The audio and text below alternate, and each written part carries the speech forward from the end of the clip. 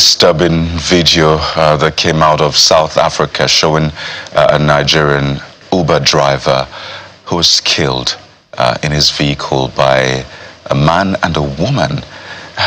Very disturbing video, really, and it really messed up a lot of people who watched it, seeing the life of this young man snuffed out just like that by those who we thought were, genuine passengers.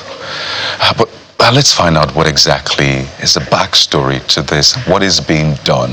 Yes, NIDCOM has put out a statement, but really, a lot of people see this as yet another sad twist in the relations between Nigeria and South Africa, particularly for Nigerians living in South Africa. We're joined by our South Africa correspondent, Innocent Samusa, who joins us this morning. Innocent, well, it's good to have you on the show, but these circumstances, terrible, really.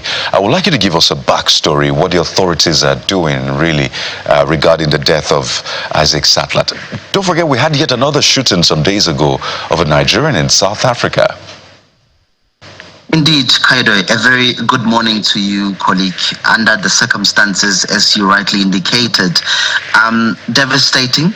This is something that has been going on in the country for quite some time now. In fact, when the president was giving his State of the Nation address, he mentioned that they will deploy the soldiers to basically help the police in terms of curbing and dealing with crime in the country. It is a sad story that has happened to the Uber driver, as you rightly indicated to Kayode. We had a Nigerian national also who was basically shot at and sadly passed away in Johannesburg. This is in the Randburg side. And the backside of the story, it's important to note that there is a show that's called Sizokuthola that probe drugs in the community. And what happened is that if you call the show to come and investigate someone, there's a ransom that they give you. So that makes it difficult because people want to make money. If you're doing well and they're suspecting that you're doing something illicit, they will then call the show to come and investigate you. And what they do, Kayode, is that they use excessive force and they come with the South African Police Services. They then beat up the people to agree that they're selling drugs, even if they don't. It is a challenge. But the backstory of the Uber driver apparently is that he was requested to come and carry these passengers, and he then was robbed and killed, sadly. But the information around what really happened is still sketchy. The police are still continuing with investigations. As soon as we have those news and the investigations as to what really happened, we'll be able to share with our viewers. But I can tell you now, Kaido, that it's a sad story. It is pretty much devastating, for a lack of a better term. And for a lot of people, this is one too many. They always ask, why Nigerians? Is there something fundamentally wrong?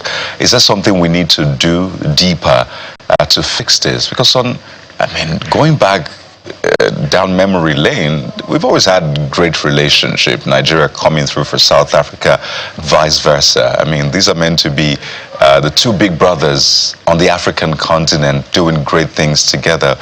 But it looks like that doesn't trickle down to the citizens on the streets, innocent. So is there an assurance that really this may be the last, or you fear that this might happen again if something bigger or something more decisive isn't done? Perhaps, Kaido, let me answer why Nigerians. It's not only Nigerians. And the issue of crime in the country is not targeted. It affects everyone. In fact, my niece, when she was coming to Joburg to actually register, this was last year, she was robbed. Her phone, she was robbed, her bag. So the issue here is that it is not targeted, and it's not only Nigerian. It's just that sometimes, yes, they found, they're found at the crossfire, but The problem here is that crime affects everyone in the country. Hence, we've been saying that there is no genocide in the country because the issue of crime, it's not targeted at all. It affects everybody. Going back to your question, Kayode, will this be the last one? Well, it remains to be seen, but I can tell you now that there is that commitment from the government to really deal with the issue. It does seem as though they've prioritized funds to really fund the soldiers to make sure that they help, the police services because they're really incapacitated. We don't have enough police that are dealing with crime on the ground. So the soldiers will be deployed to deal with the issues of crime in the country. So that, in a way, Kayode, it does give us a sense of relief that at least government is doing something to deal with this issue. But I can tell you now that devastating, extraordinarily. It's really painful. Words cannot really, fathom what I want to say, Kayode. Indeed, Innocent. We have to go now, but just quickly, have arrests been made, and what is investigation saying? Yes, indeed. Arrests have been made. So we are told that the lady and the other guy, they will be appearing in court later this week. As soon as we have the details, we'll be able to share with our viewers. Well, Innocent Semosa, South Africa correspondent, giving us updates on the sad killing of the Nigerian, Isaac Settler, and the other one happened a few days ago, 45-year-old Nigerian who was shot. We have to thank you, Innocent, for that update. And of course, please get back to us as soon as you have more on that. Thank you, colleague.